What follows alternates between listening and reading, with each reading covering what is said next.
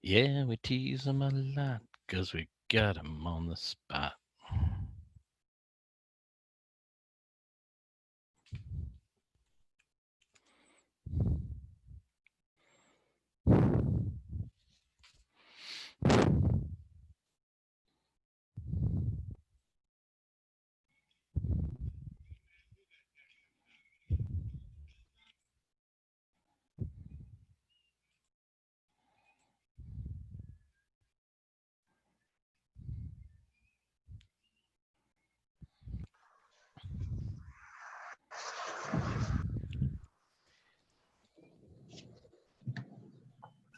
Okay, so Leibniz's monadology. So before we get into the text, dying animals and all, let's quickly take a look at the chart, right? So this is how we've sort of been keeping track of the semester as we go along, right? We have two main distinctions we're looking at, one in epistemology, that's at the top, and one in metaphysics, that's along the side, right? So the epistemological distinction between the sets of thinkers we're going to be looking at are rationalism, those who think that the ultimate justification for all human knowledge is pure reason, and the empiricists who say that the ultimate justification for human knowledge is sense experience, observation.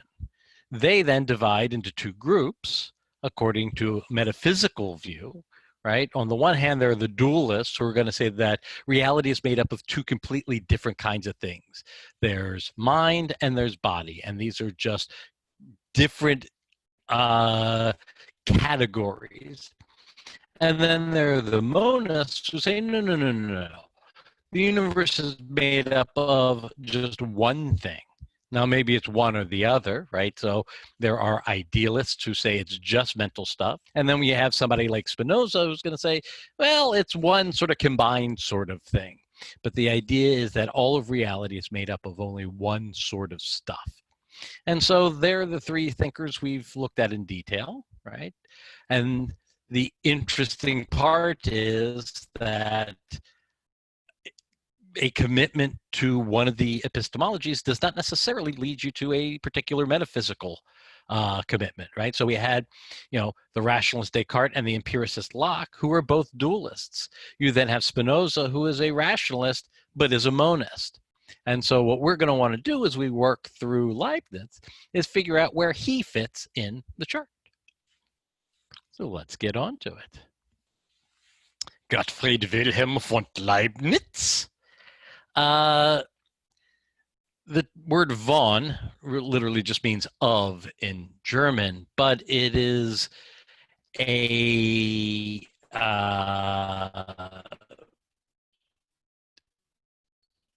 very specific title that you earn. It's Leibniz used it, but it's never clear he was actually knighted, that he was actually entitled to the von. He was an interesting character. He's one of my favorite writers in philosophy. He is, however, not someone I would have liked to have had dinner with. He was a jerk. He is, in a certain sense, the anti-Spinoza in that way. So, born and died, he did both. He was the son of a philosophy professor. So, this stuff really sort of came to him honestly. And he was a bit of a child prodigy. He graduated college at 15 years old. By 17, he had his first book out. He published multiple books. We'll talk about that in a minute. He wrote more than he published. He was the sort who was a climber. He was a political being. He was trying to do what served him in terms of status, wealth, and position.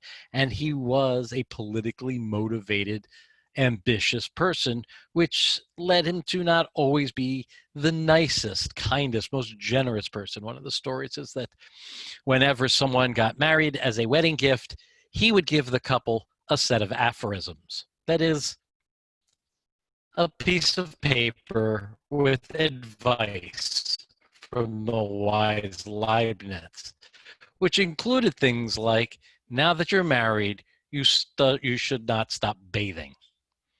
This is what he gave as a wedding gift.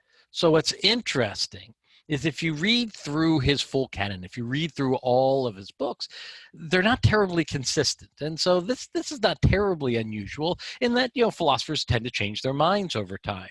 But what was realized was that there was a big distinction between the stuff that was published and the stuff that was sort of hidden in his desk drawer and was only published after his death.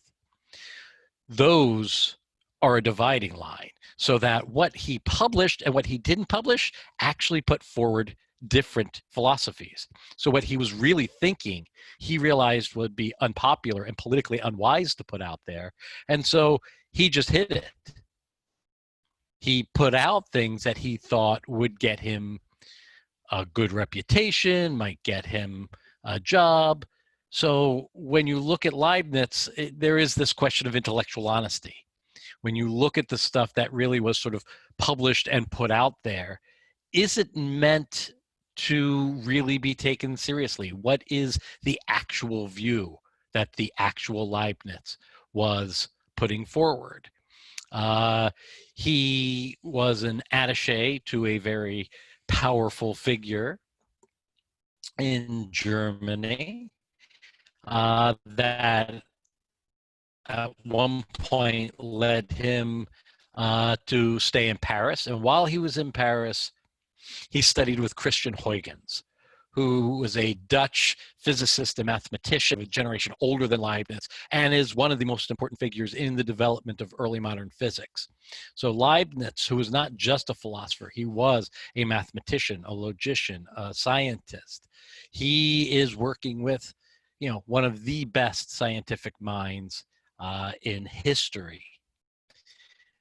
While traveling Europe, he meets Spinoza. He had read Spinoza. He actually spent 2 weeks living with Spinoza, just discussing philosophy nonstop. And we'll see the Spinozan influence in Leibniz. So if you think back to what Vern did last time, we're going to see shadows of it coming out. What was interesting is because Spinoza was this political firebrand, because his views were so heretical and he was a dangerous figure, Leibniz was willing to study with him because he knew he was brilliant, but he wasn't willing to admit it publicly. What he said is, yeah, I met him once. We told some stories to each other about politics, but that was it. So Leibniz is smart enough to know what's smart, but he's a political, not really sure what you can trust. Now, he also was the person who really founded contemporary logic well before contemporary logic ever existed. So he came up with the idea of a pure, artificial, rigorous language back before anyone had any idea. Really, it's in the 20th century with Frege and Russell. Right? Those of you who took my analytic class, right? These are the folks we read there. Leibniz had the idea that maybe what's happening in logic could be captured within the formalism, within the structure of the language itself, that we could arithmetize language to create logic. And he thought this so well that he realized he could actually turn a machine into a thinker, and created what really was one of the first computers.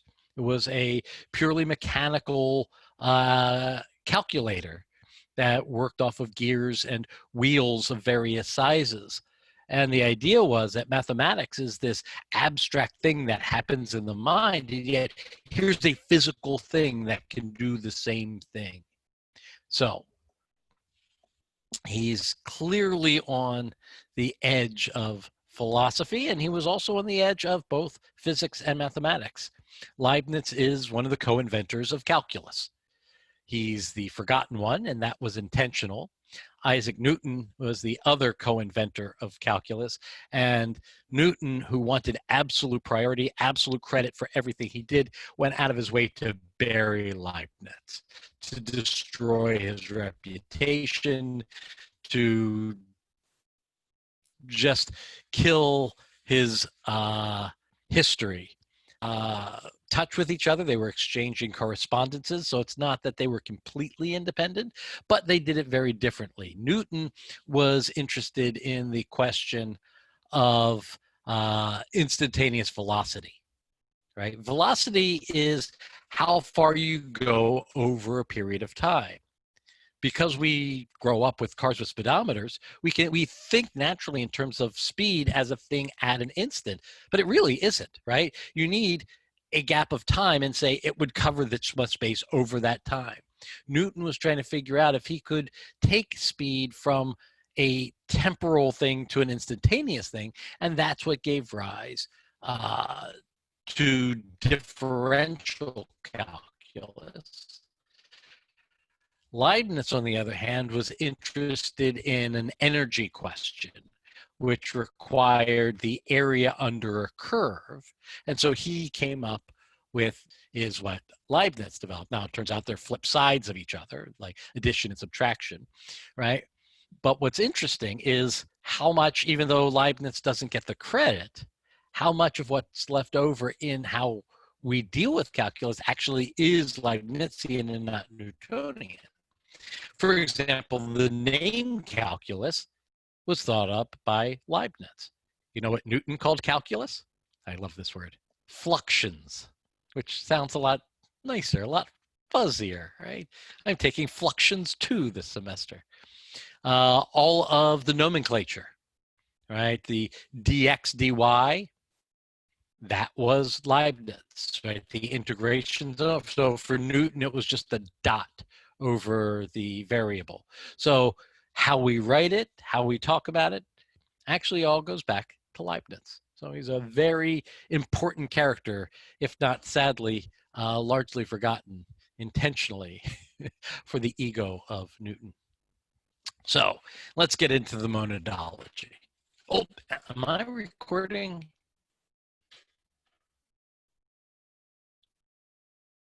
Yes. Okay. So, proposition 1, the monad, of which we will speak here, is nothing else than a simple submean without parts. Now, when you see this idea that something is a simple thing which is constituent of all of space and it is without part, that should bring to mind somebody else, particularly Euclid, right?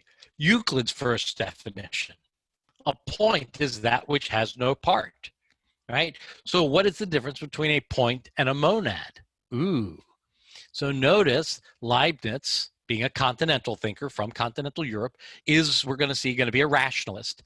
And the rationalists we know have this deep, deep admiration of Euclidean geometry, right? Euclidean geometry is the sort of quintessential intellectual activity that the rationalists are going to use as a touchstone. Why?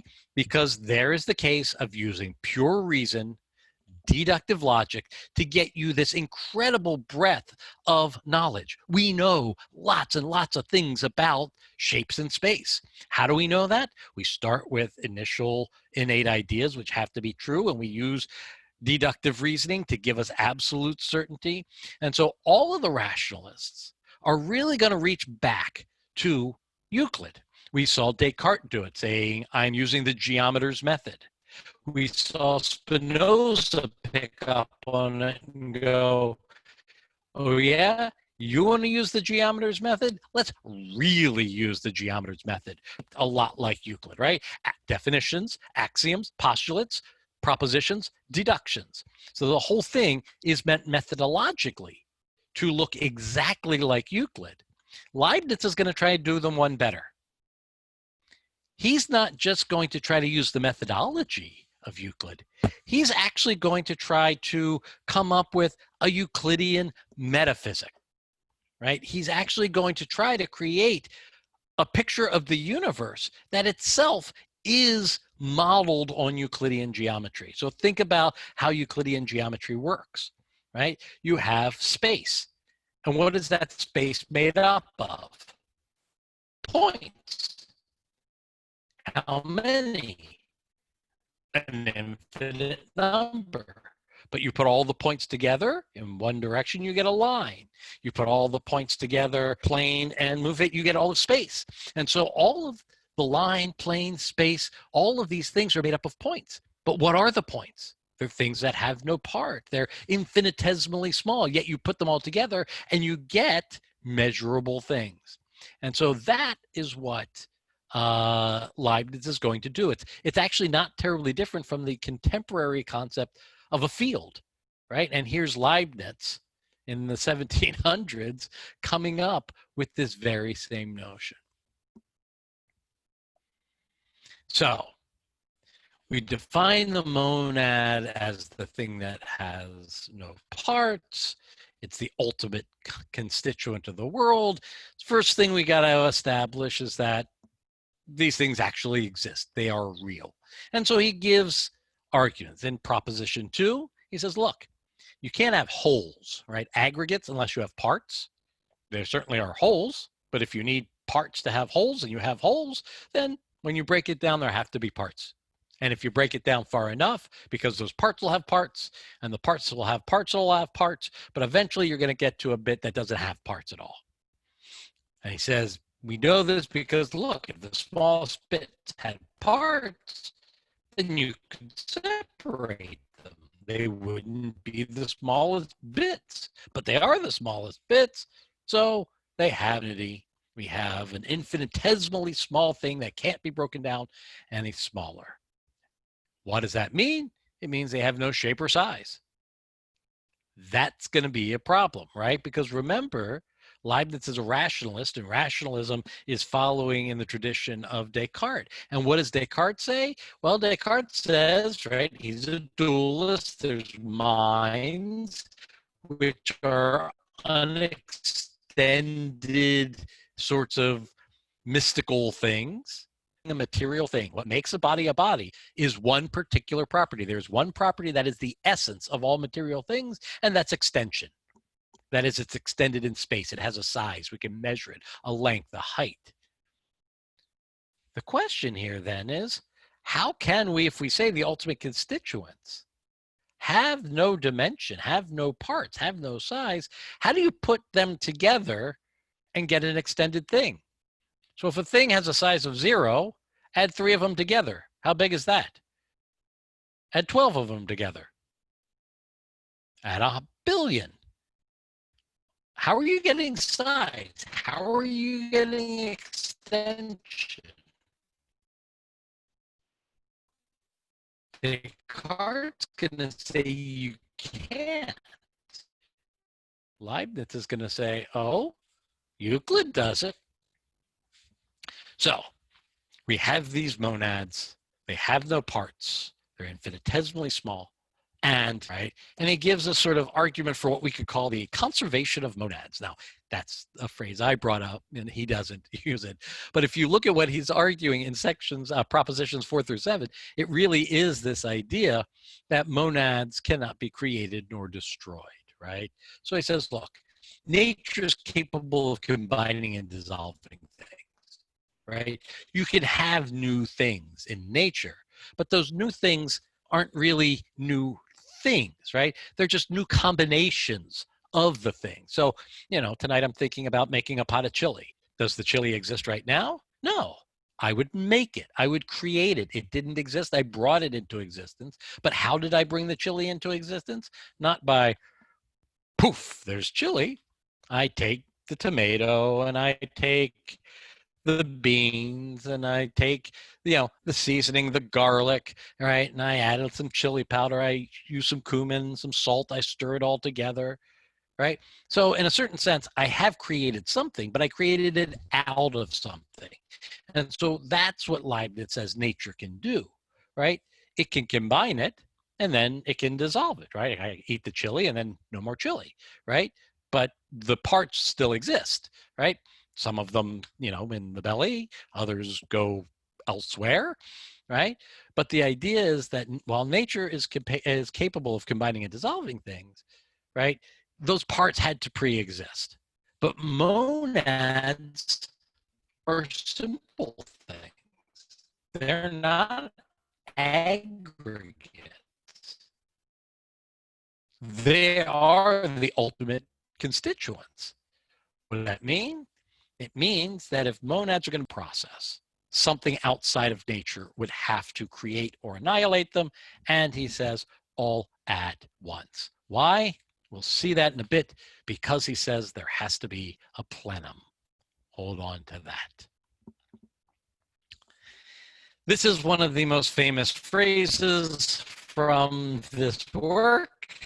It is one of my favorite sentences in all of philosophy. I've always wanted a bumper. It always sounded to me like the sort of password you would need to get into a speakeasy in the 20s. Or two, spies. The rooster crows at dawn. Monads have no windows. So what does it mean?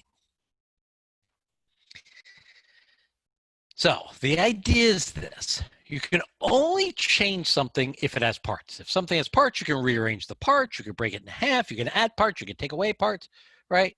But monads don't have any parts. So what can you do to it? And the answer is you can't do anything to it, but it could do something to itself. Monads can change, but because they have no parts, that change can't come from external forces. It could only come from an internal source. So each monad lives a solipsistic existence, unaware and unaffected by every other monad. Solipsism is the view that you are the only thing that exists. Right? You can see where solipsism is always a threat from the central question in metaphysics. So remember what we mean by that, right? The central question in metaphysics is, I had these internal experiences in my mind. How do I know that they correlate in any way to an external world, right? We saw Locke have this issue. He thought, well, color is in the mind, but not in the world. How do you know that anything in your mind actually correlates out there? And this is the evil demon problem that Descartes came up with. Solipsism is the view that you just can't solve the evil demon problem. You can't know. All you know, all that exists for you is the contents of your consciousness. You are the only thing that exists. That's solipsism. Now you can see the SOL as in solo, right? So monads live a completely solipsistic existence. Each monad exists unaware of all of the other monads. Now, these monads, he says, form a plenum. What does plenum mean? A plenum is a space that is full at every point. So Descartes also argues this way. Descartes' argument is a little bit different, right? Descartes says that the fundamental property of substance is extension. So any place that you have distance, you have stuff. He wants to say that space exists, and those two fingers is space. If I can measure that distance, then it must be a thing because it has extension. So you can't have space without space. You can't take space out of space and have a gap in space, because you can measure how big the gap was, and therefore it would be a thing. So that's why Descartes argues that there's a plenum. Leibniz says it's because there's this dense packing of monads. Between any two monads, there's always another monad. And you take that monad, and between it and the other ones, there are more monads. They're densely packed. There are no gaps between the monads, but the monads don't know of all of their infinite neighbors. So he says, and here he's pulling out something that is clearly very Spinozan. For two things to be different ultimately is actually going to be a really important thing for him, not in this piece, but later he's going to come up with what's called the principle of the identity of indiscernibles, which he's going to use in his disagreement with Newton over the reality or unreality of space. Newton, like Descartes, thinks space exists as a thing, as a substance. Leibniz says, no, it's just the set of geometrical relations among things. And he's going to say that the reason we could tell this is where there is no distinguishable difference. And he uses that same argument that we saw in the first book of the Ethics from Spinoza to say that the only way two things are distinct entities is if they have at least one quality not in common. And so he says for two things to be different here, they have to have different qualities. So what is the quality that makes each monad an individual? Well, each monad has as its essence, its defining quality, its internal principle. That is, its internal source of change. Each monad has an internal history, and each has its own unique internal history, and that's what makes it its own monad.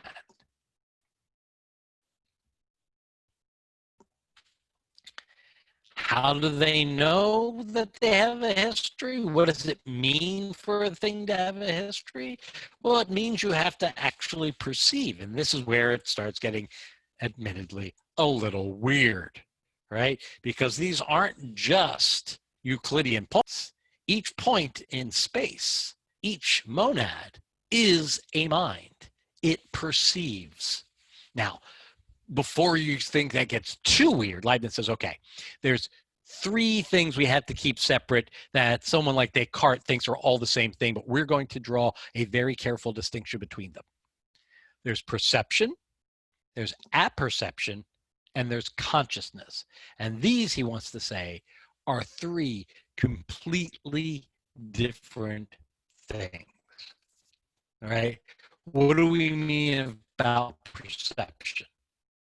Well, to perceive is to be aware of your present state, right? So when you're looking at something, you see what's happening now. So the perception is always the now, right? Monads perceive. They have a perspective. They're aware of their internal state. The only things that can perceive are minds, hence the universe is a set of minds. So you can see in a certain sparking up the same tree, right? Remember, Spinoza is this pantheist. All of reality, all of the universe is just an aspect of God, and God is a pure consciousness. So the universe itself is conscious as a whole. What Leibniz does is take that same tree but go off on a radically different branch, right? Yes, all of the universe is conscious, but it's not a single unified consciousness. It's these individual point consciousnesses, right? So both of them are going to sort of attribute consciousness to reality itself, but in radically different ways. But now we need to, before we think of these as disembodied floating mind things, like an infinite number of Cartesian eyes, right? We need to distinguish between perception and apperception. What is apperception?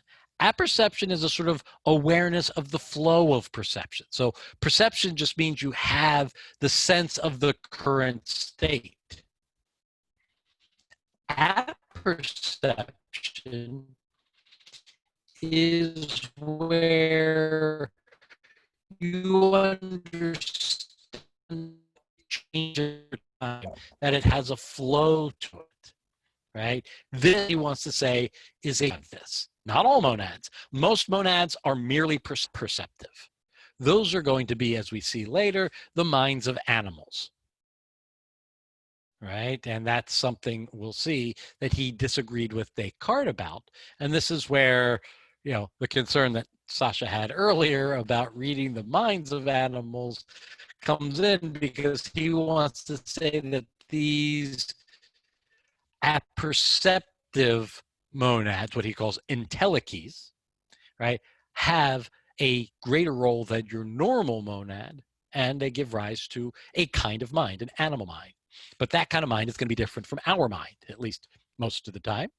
And that's the third way that you can be perceptive, and that is to have consciousness, right?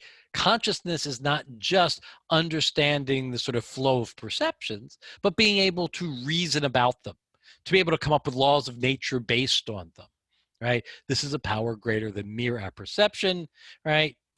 And any monad that can apperceive as an entelechy, any one monad that is conscious, we call a mind or a soul. Cartesians, he says, confused apperception with reason, and that's why they made the absurd claim that animals are mere machines, right? In part, it was a religious thing. They wanted to say humans are different. They are in the image of God, and what that meant is that humans had a soul. Animals don't have souls. They're not as special as us. He wants to say, yeah, they do. They have a mind. They just don't have a human type mind. It's a different kind of monad at the core of their being. So, in the middle of that section, Proposition 17, right? Here we come across something that actually still remains. And this is why Leibniz is such an important thinker, is that in so many ways, he was hundreds of years ahead of his time. You find problems, questions, arguments in Leibniz that don't resurface in philosophy until the 19th and 20th centuries. He was just that insightful. And he formulates in Proposition 17, what he's asking is it possible to create artificial intelligence, right? This is a problem that we're wrestling with right now. There are some people who want to say, well, sure, we can program a computer if it's complicated enough to actually think. Other people are saying, no, you can make it act as if it thinks, but you could never give actual consciousness to a machine. That's a question that we're wrestling with now because of computers. Leibniz asked the very question back then and gave what is actually a very contemporary answer. Here's what he says. Perception and what depends on it is inexplicable in terms of mechanical reasons, that is, through shapes and motions. If we imagine that there is a machine whose structure makes it think, right? So it's going to be a reductio, right? At what we call an indirect proof in logic. He wants to establish that machines can't think. So what is he going to do? He's going to assume that they can and see if it leads us to a contradiction, right? So if we imagine that there is a machine whose structure makes it think, sense, and have perceptions, we can conceive it enlarged, keeping the same proportions so that we can enter into it as one enters into a mill. In other words, if you can build a thinking machine, right, what makes it work must be something mechanical, and what makes mechanical things work are basically pieces that fit together, right? So if you can build a watch, you could build a clock. If you could build a clock, you could build a clock tower. And the difference between a watch and a clock tower is just size, right? It's still the same kind of gears with the same number of teeth. It's just that build a thinking machine, just build a huge one with everything in the same proportions. It should be the same machine that works in the same way. So we could then walk into this mechanical mind. Assuming that when inspecting its interior, we'll only find parts that push one another, right? All we'll see in there are gears and levers and springs and pulleys. What won't we see? We won't actually see the perceiving. We won't see the ideas. We won't see the thinking. We will never find anything to explain a perception. So what he's saying is we'll see the working of the machine. What we'll never actually see are what we now call the qualia, right? So if you stub your toe, right, there is in your head, right, in your brain, a portion of the brain that lights up for pain. But that's different than the ouch, the sensation, the internal ouchiness of the thing. And what he says is we will see gears and levers. What we will never find, no matter how closely we look, is the actual perception itself. And so We can't find thought in mere physicality. It requires mind to do it. Now, you might think, but wait a minute, aren't you, in essence, taking the first steps towards AI by how much of this abstract thought could actually be formalized? And the answer is yeah. He's an intense thinker who's going to push this question in both directions. So then we get to the early 20s. And here he says, monads are the monads they are because of the stream of perceptions they have, right? That is going back to this earlier idea that what makes a monad unique, what makes a monad the monad it is that it has this internal set of perceptions, right? It has an internal state that changes over time, and each one changes differently. But he says those perceptions aren't random, right? And since every present state of a simple substance is a natural consequence of its preceding state, the present is pregnant with the future, right? This is something that Einstein would read in Leibniz and would find very attractive. And by would, I mean did, right? Spinoza, right, had this sense of determinism, right? That is, logic dictated what had to happen. Leibniz is going to pick this up directly from Spinoza, right? Since every present state of a simple substance is a natural consequence of its preceding state, the present is pregnant with the future. That is, the state we're in now is absolutely determined by what came before. It's what had to happen as a result of things being in that way. And so for the monad, every new state that it perceives is a necessary result of the previous state.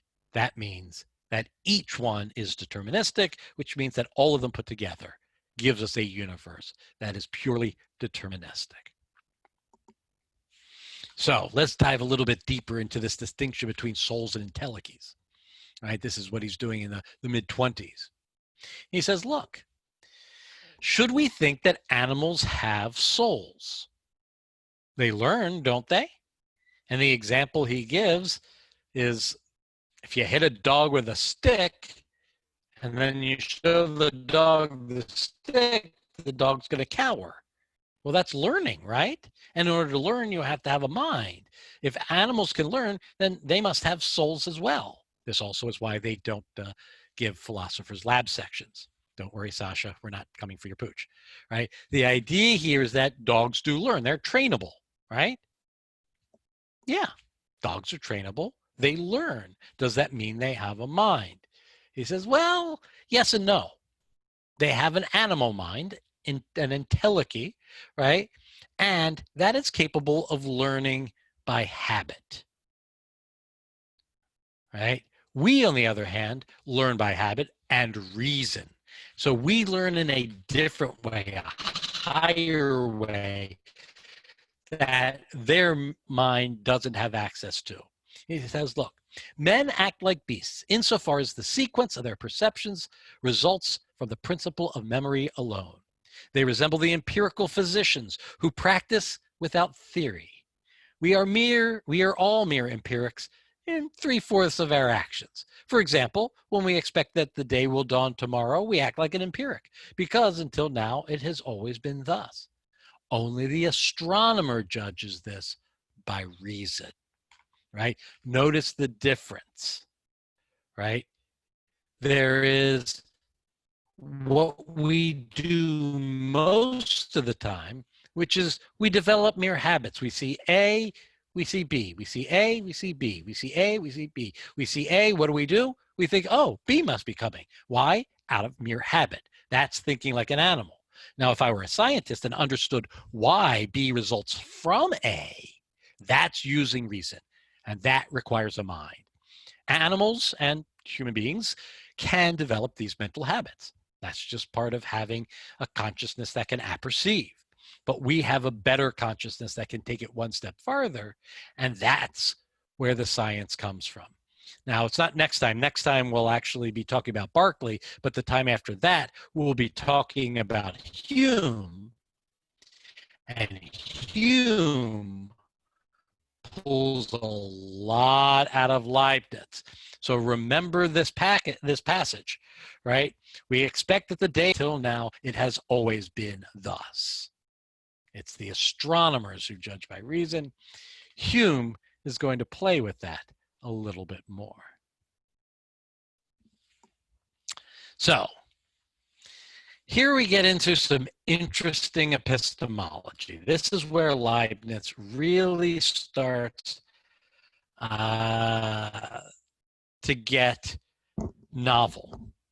He says, this is coming from 29 and 30, but the knowledge of eternal and necessary truths is what distinguishes us from simple animals and furnishes us with reason and sciences by raising us to a knowledge of ourselves and of God, and that is what we call the rational soul or mind in ourselves, right? So it's the astronomer who, more than just expecting the sunrise because it's always risen, can understand why the sun has risen, right? And so we have understandings of certain truths that will be. It is also through the knowledge of necessary truths and through their abstractions that we rise to reflective acts, which enable us to think about that which is called the I, right? Who is he clearly referencing, right? The notion of the mind as the I, as the self, and enable us to consider that this or that is in us, right? The idea of ideas being in us and that we are just this mind, right? And thus, in thinking of ourselves, we think of being, of substance, of the simple and composite, of the immaterial, and of God himself by conceiving that which is limited in us is limitless in him. And the reflective acts furnish the principal objects of our reasoning. So we have a thing which is just a mind, and it is capable of abstract thought, and that capability of abstract thought gives rise to all of these other ideas, including that of God, and those constitute the basic ideas which allow us to think. So in number 30, in proposition 30, what we see Leibniz doing is really sort of tipping his cap to Descartes. You got this part right in the Meditations, ... However, we can't just be Cartesians. Descartes got some things right, but there are some things he got really wrong. Best work for Descartes. We start with the cogito, right? I think, therefore I am. I exist as a self, right? The disembodied floating thinking thing. I have certain ideas. One of those ideas is of a perfect being. It couldn't have come from me. Poof, there's God, but God is perfect. So any ideas that come from God must be true because a perfect being couldn't be a deceiver. And so I have clear and distinct ideas which are necessarily true, underwritten by the non-deception of the divine. And from that, I now can use deductive reasoning. Voila, there's everything. Okay, right? So remember, that was the Cartesian approach, really how it works. He says, how we derive all of our knowledge does start from some basic undeniables, but they're not going to be the sort of divine innate ideas that Descartes put forward and that Locke criticized. It's going to be something more intricate. He comes up with two basic principles. One really is the principle for deduction, and the other is the principle for induction. You can think of it that way. The first is the principle of non-contradiction. Every sentence is either true or false, but not both. And if a sentence is true, its negation is false. If it's false, its negation is true. Okay, so every proposition, every declarative sentence is going to be either true or false, and if it's true, its denial is false. Okay. The second is the principle of sufficient reason. and this is a more metaphysical principle, what it says is that everything that happens because there's some sufficient reason that brought it about, right? So no matter what it is that occurs, there's a reason why it occurred. And that reason is the thing, the cause that brought it about. In essence, what he's saying is there are no uncaused events. There are no accidents. Everything happens as a result of something that came before it. Add to that simple ideas, right? Now, these simple ideas are not, basic concepts. What are they? He says they are identical propositions. That means propositions about identity whose opposite contains an explicit contradiction. So the negation of a contradiction, those of you who have taken logic, what do we call that? A tautology. So the simple ideas are logical truths, are mere tautologies. So by starting with tautologies and then employing the principle of non-contradiction and the principle of sufficient reason, that, he's going to say, is how we can gain all human knowledge. And so notice, what are we doing? We're deriving it from principles that are, he wants to say, necessary. That's why he's a rationalist. This, in 33, is one of the more important sections in the history of philosophy. He distinguishes between two kinds of truth. He says this: there are also two kinds of truths, those of reasoning and those of fact. Truths of reasoning are necessary, and their opposite is impossible. The truths of fact are contingent, and their opposite is possible. When a truth is necessary, its reason can be found by analysis, resolving it into simpler ideas and simpler truths until we reach the primitive. So we have two kinds of truths. There are necessary truths and contingent truths. Necessary truths have to be true and their negations have to be false, right? So if I say it's raining or it isn't today, well, it either is or it isn't, right? So is it true that it's raining or it isn't? It is. But is it meaningful?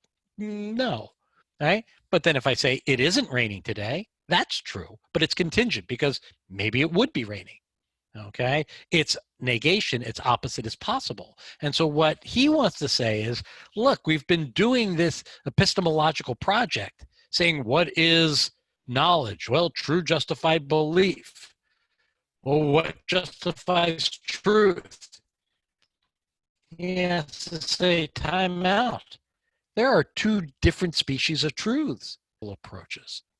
This distinction here is one that is not going to go away, right? We will see it in Hume, and boy, will we see it in Kant, right? And then again, those of you who took my analytic course, right?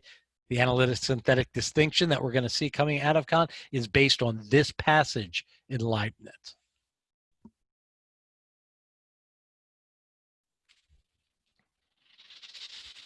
So what's interesting is, like Descartes, he's going to give us two proofs for the existence of God.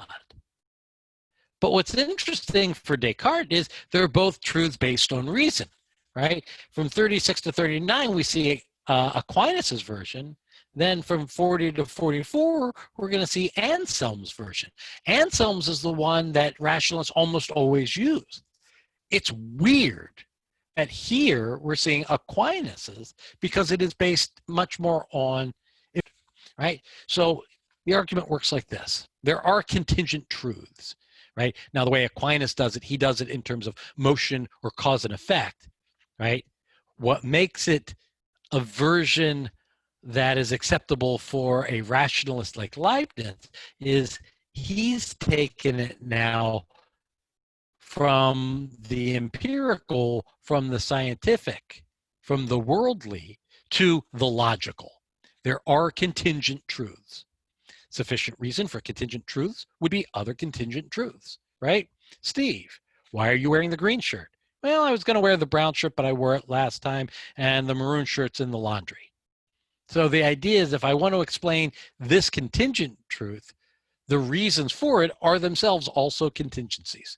right? Because if it were necessary propositions, then the result would be necessary. Since it's a contingency, the sufficient reason for it would itself have to be contingent. And so what do we have? We now have a chain of reasoning.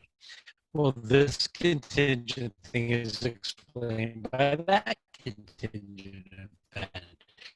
That contingent event is explained by this contingent, right? And that goes far, far back. Could go, he says, infinitely far. Sufficient reason ultimately for the chain itself, right? But by the principle of sufficient reason, there has to be such a sufficient reason. Therefore, we need a sufficient reason for the entire chain, and this would have to be something outside the chain. So given, and notice what he's doing here, which is a very sort of unorthodox thing, right? Aquinas stops it, in essence, to give room for creation. Leibniz is allowing the chain to go back infinitely far. There could be an infinite past. He doesn't want to rule that out as a scientist, right? But even if we allow this infinite chain of causal events, of contingent events, there would still have to be a cause for the chain, and that cause would have to be outside of the chain.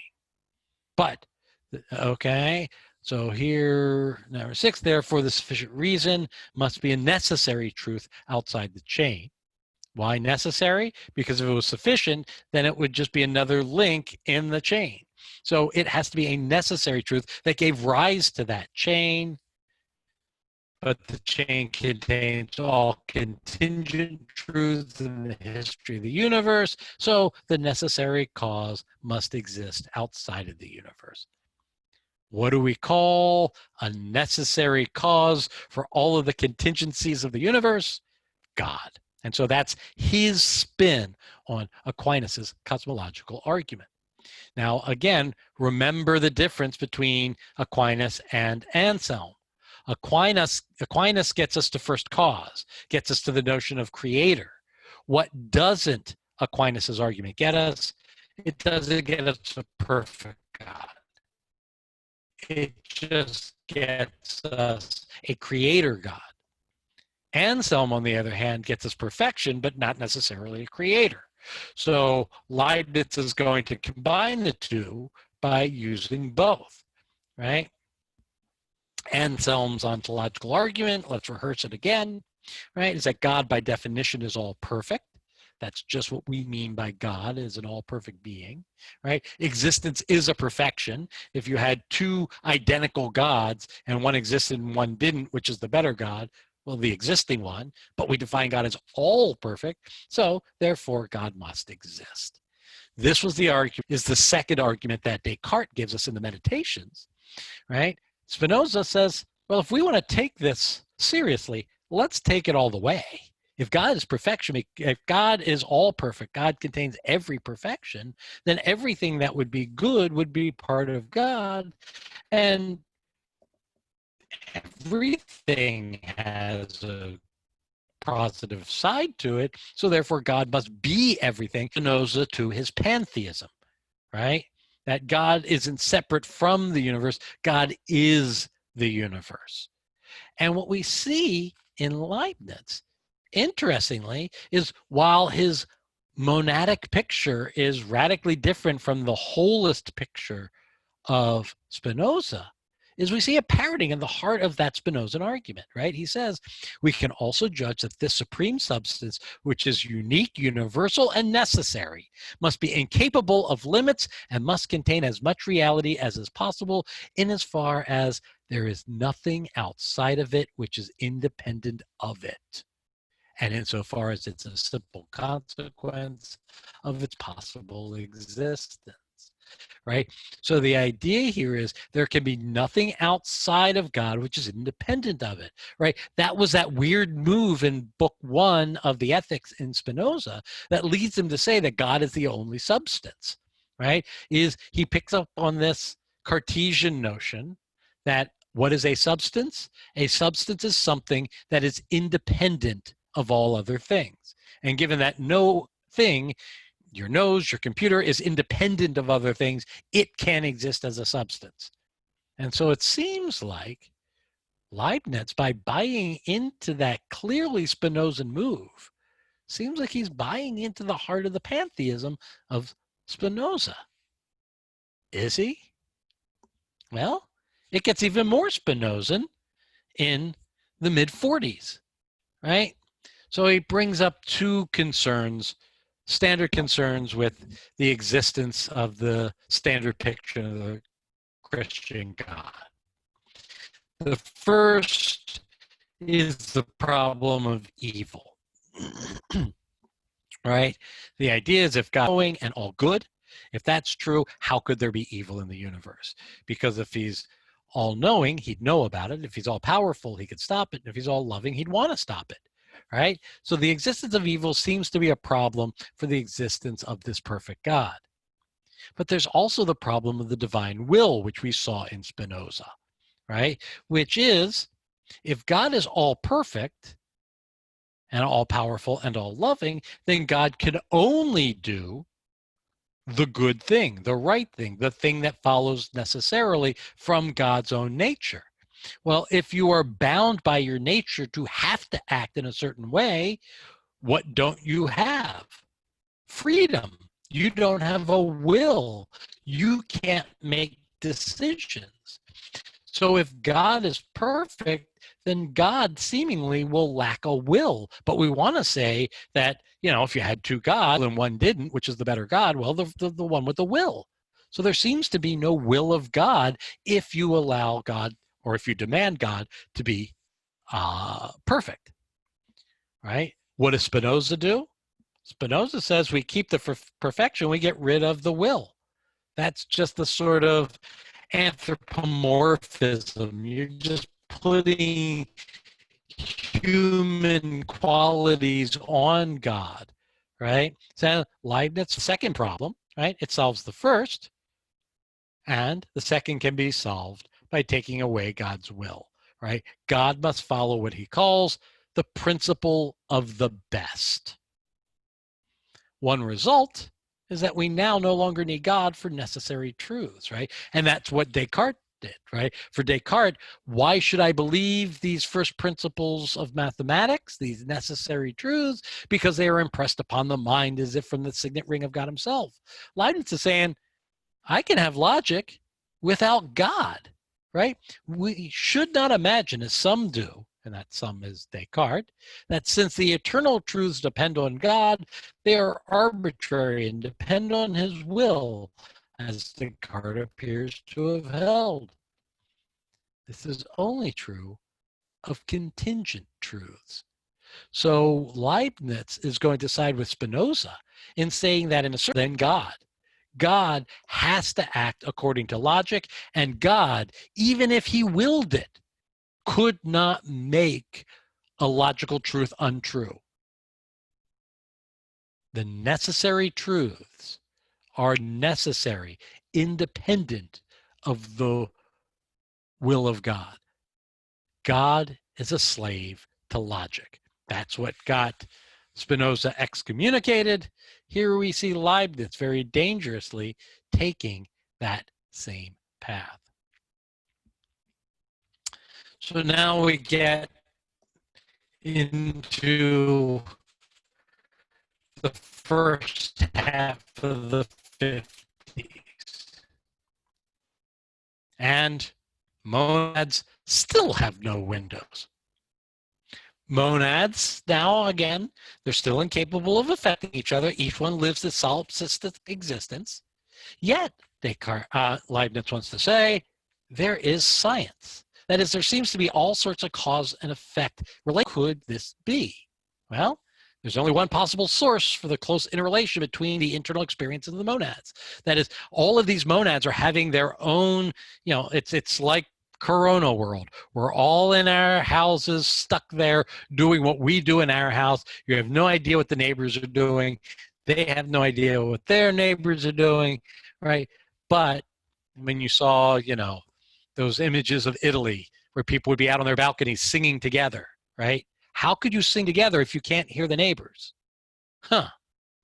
Yet the existence of science, if you look at the universe as we perceive it, the complex world it is, where we don't see the fine-grained monads, right?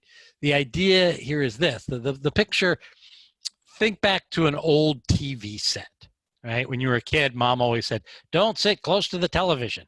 So what did you do? You went right up and pressed your nose against the television. And what did you see? Pixels, little dots. And what do those dots do? They change color. Green, red, yellow, red, green, yellow, red, green, right? And each dot is just a circle, a small dot that changes color. But when you pulled back and you took all the dots in together as they all did their individual color changes, what happened? Oh, look, it's George Clooney on the television set running across the screen. But when you look closely, there is no George Clooney. They're just dots changing colors, but they changed colors in a coordinated fashion that gave rise to the world that you picture when you watch the movie on the screen.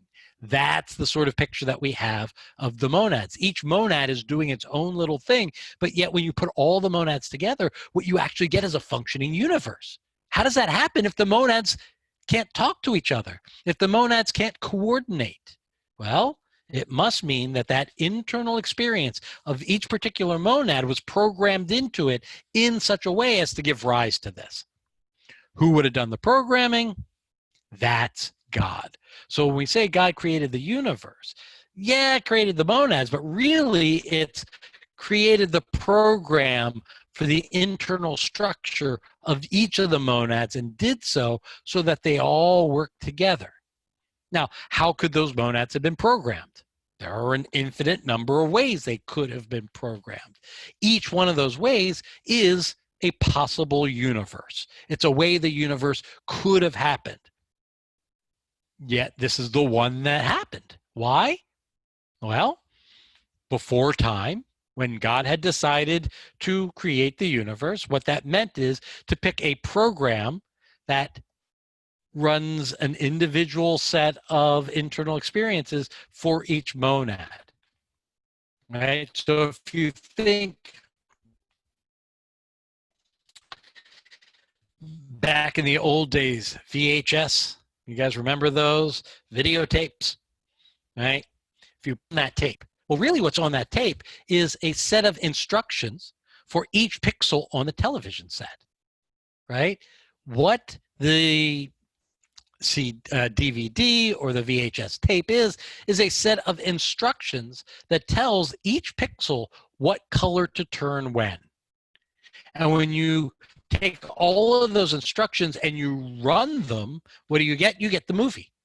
But what's interesting is when you take that videotape, the beginning, middle, and end of the movie are already on there. It may be that you haven't seen it yet because it hasn't run over the head, which then sends the information to the screen and the dots, the pixels, all turn their colors. But when you pick the movie, you pick the ending by picking the movie. So what happens according to Leibniz, is that God, at the beginning of time, walks into the universe, all these different videos you could rent, right? And for God, it has every possible movie. That is every possible universe. And he can pick them up and look and read the description on the back of the box. And out of the infinite number of videotapes, which one does he pick to rent? Well, he's God. He's going to pick the best of all possible videos. When he then plugs it into play, what we have is the best of all possible worlds. Why is it the best of all possible worlds? Because he has no will. He's a perfect God. He can only act according to the principle of the best. But the principle of the best now solves the problem of evil, which is there going to be evil on there? There will be, but minimal evil because this is the best of all possible worlds. How do you know? Well, we can't because we have a very limited perspective. But first, you have to know the whole, and there's only one perspective that can come from, the divine, and so we have the best of all possible worlds. Now, if you've read Voltaire's famous work, Candide. This is what Voltaire is mocking. Professor Pangloss is the supporting character, right? Candide's philosophy professor, right? Pangloss is Latin for all good. Pangloss is a caricature of Leibniz. So here's where Leibniz gets psychedelic. So each monad is programmed to run its series of internal perceptions, right? What that divine videotape does is give a set of instructions to each of the pixels to turn colors at particular times, right? What God has done by creating the universe as it is create a causal chain of perceptions for each monad. These perceptions are set up precisely so they flow together, creating the smooth universe we have. As such, each monad's internal experience we can think of as a frame of reference on the universe as a whole, what it is, the universe. So every monad contains within it the whole of the universe, but from its angle, from its own perspective. Hence, by being an integrated part of the universe, each monad contains the whole universe from its point of view. Each monad is a mirror, reflecting the infinitude of the universe in its singularity. There are an infinite number of monads. So there are an infinite number of parallel universes running at the same time to create the single coherent universe. Whoa.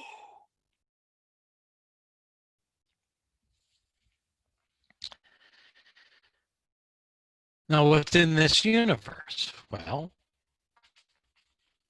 the universe is made up of monads, and the monads are minds, but they, by working together, give rise to the world physicist, right?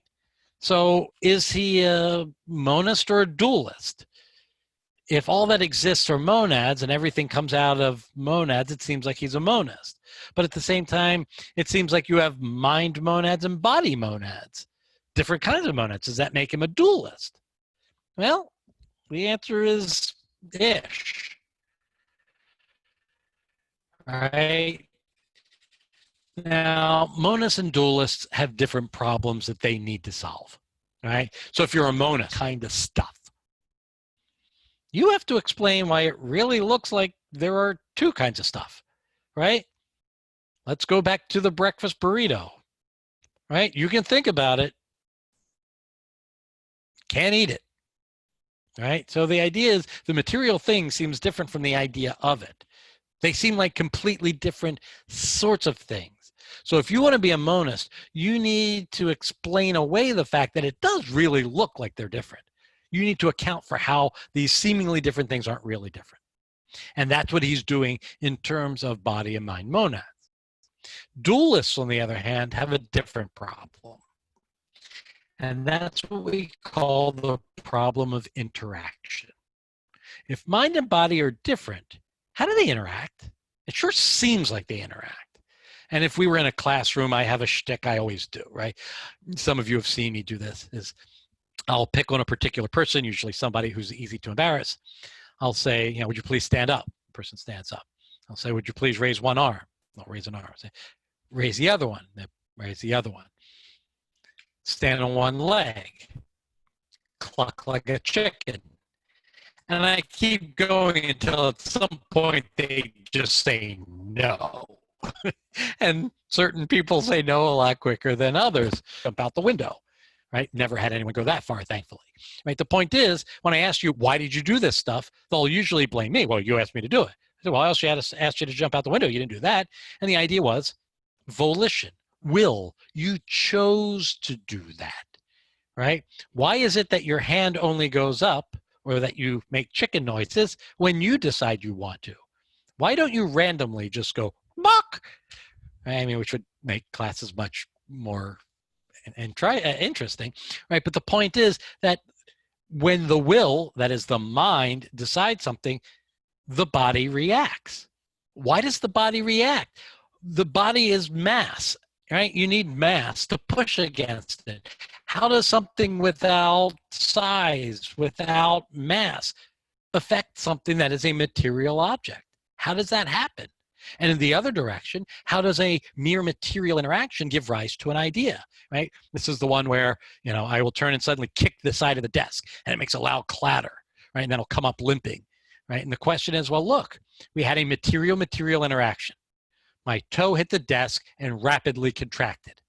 How did that give rise to an idea? Ouch, that hurts. Stop doing that. You're an idiot, right? The idea here is perception somehow gives rise to an idea when what happened was just a mere material interaction. If you're a dualist, you need to explain both of those. How can body affect mind, and how can mind affect body? It's not clear how that happens. Animals and humans both have body monads, these normal monads, and entelechies. Right? Are these different species enough to be a dualism, or are monads monads? Is it a monism? Well, Descartes tries to give a solution to the problem of interaction, right? Descartes is a dualist. He's going to say mind and body do interact. How?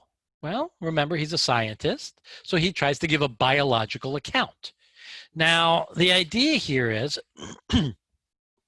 from dissections, we knew there were two sets of things that run through the body.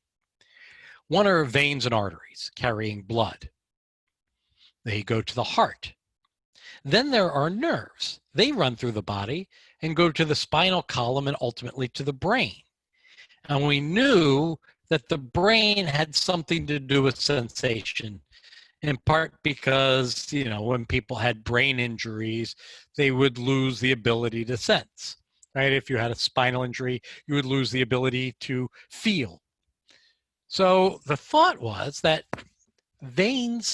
that nerves are just a second set of veins. And where veins carry blood, these nerve tubes had to carry their own liquid, and that is what was called animal spirits. This isn't spirits as in ghosts, it's spirits as in liquid, like mineral spirits. And the idea is these animal spirits would flow through the veins, flow through the body, and then back to Descartes thought maybe that's the way that the information can get passed from the various parts of the body into the mind. Okay, but we still need a location and a mechanism where this happens, where the animal spirits and the mind.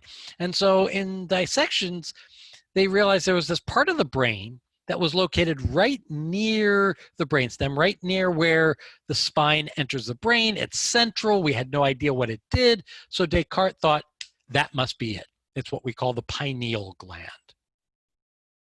And so the idea was that it's at the pineal gland, through the animal spirits, which are invisible and weightless.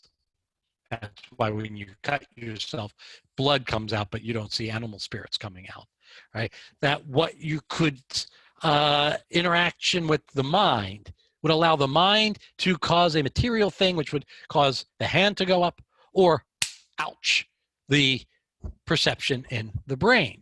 Now, how could it happen? Now, remember, Descartes' a physicist. He has a law of motion, F equals ma. Wait a minute, isn't that Newton's force law? No, that's Descartes' force law. The difference between Descartes' force law and Newton's force law is, if you listen closely, you could hear the little vector signs over F and A, right? That's Newton. Descartes didn't have the notion of a vector.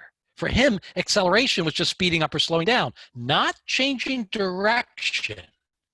What that meant is you could change the direction of something, and if you didn't change its speed, you wouldn't need a force.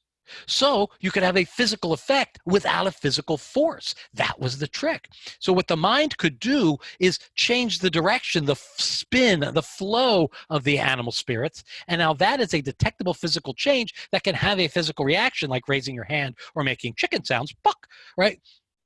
But didn't require a physical force, and that's something the mind therefore can do.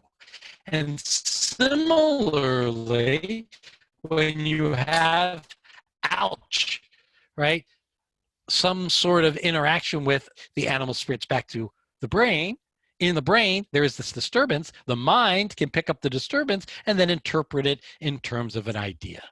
And so that was Descartes' account of interaction. Great story. Only problem is force and acceleration are vectors. And once you get the physics right, now the biology doesn't matter. So it turns out, and this is what Leibniz is pointing out, that when you do mathematics properly, the metaphysics falls through. So he says, these principles have given me a way of naturally explaining the union, or rather the conformity of the soul and the organic body, right? So here, notice, even though he doesn't seem to have two different interaction, by being a scientist and wanting to say that there certainly appears to be a world, and that world seems to resemble the mind, and we have perception, right? The mind does perceive what's happening in the body, and that is still a problem for Leibniz, right? Because the body monads are solipsistic, the mind or soul monad is solipsistic, and they can't talk to each other. So how does what happens in the body get into the mind? So even if we do want to say, and I think we should, that he's a monist, that all that exists are monads, he still has a version of the problem of interaction. And how does he solve it? By denying that there's a problem at all, by denying that there's interaction, right? The soul follows its own laws, and the body also follows its own, and they agree in virtue of the harmony pre-established between all substances, since they are all representations of a single universe. Pre-established harmony. This is an important phrase in Leibniz. The idea here is God created a universe in which they all work together. When you decide to raise your hand goes up. Your hand only goes up when you decide. That seems like it's because the decision caused, because the body and the mind are running the same program, right? Remember that parallelism we saw throughout Spinoza? Leibniz is appropriating it from Spinoza, right? There is this parallelism, right? So if we go back to the videotape metaphor we were using before, right? If you think of the screen as the body and the audio track as the mind, right? It's only when a character talks that you hear the voice coming out, but it's not actually the person on the screen who's talking. It's just an image on a screen. What happens is that the video and the audio are synced up so that the voice comes out exactly as the lips move, right? It's not that somebody's actually talking to you. It's that two things are happening in parallel and they're perfectly set up. There are imperfect universes that God could have chosen where the two would be out of sync, like a, bad dubbed, kung fu movie, right? If you've ever seen those, they're kind of funny because the dubbing doesn't match the lips. And so the lips will be talking, will be moving, and there's no sound, or the lips will stop and the sound will continue, right? That's a lack of pre-established harmony. But because God has to obey the principle of the best possible world is one in which first you get slapped, then you feel ouch. It could have been opposite. Ouch, boom. That was just the less perfect world. The one that got set up by the principle of the best is one in which there's a pre-established harmony between the mind monads and the body monads. And so it's not that one controls the other or that they interact at all. They're just pre-programmed, just that perfect. And so that brings us full circle back to the chart. Leibniz is a rationalist. And like Spinoza, but unlike Spinoza, he is a monist. Where Spinoza is a monist that says there's only one thing, Leibniz is there saying there's only one kind of thing, the monad. And so what we see is a different brand of rationalistic monism. So that is Leibniz's monadology. On Wednesday, we will turn to Berkeley. You will notice looking at this chart that there is a empty spot. We don't have an empiricist who's a monist. Wouldn't it be convenient if we had one? Come back Wednesday and we'll see. Thank you. Thank you, Steve. Thanks, Steve. All righty, guys. I will see you Wednesday morning. See you All right, Wednesday. sounds good. Bye-bye.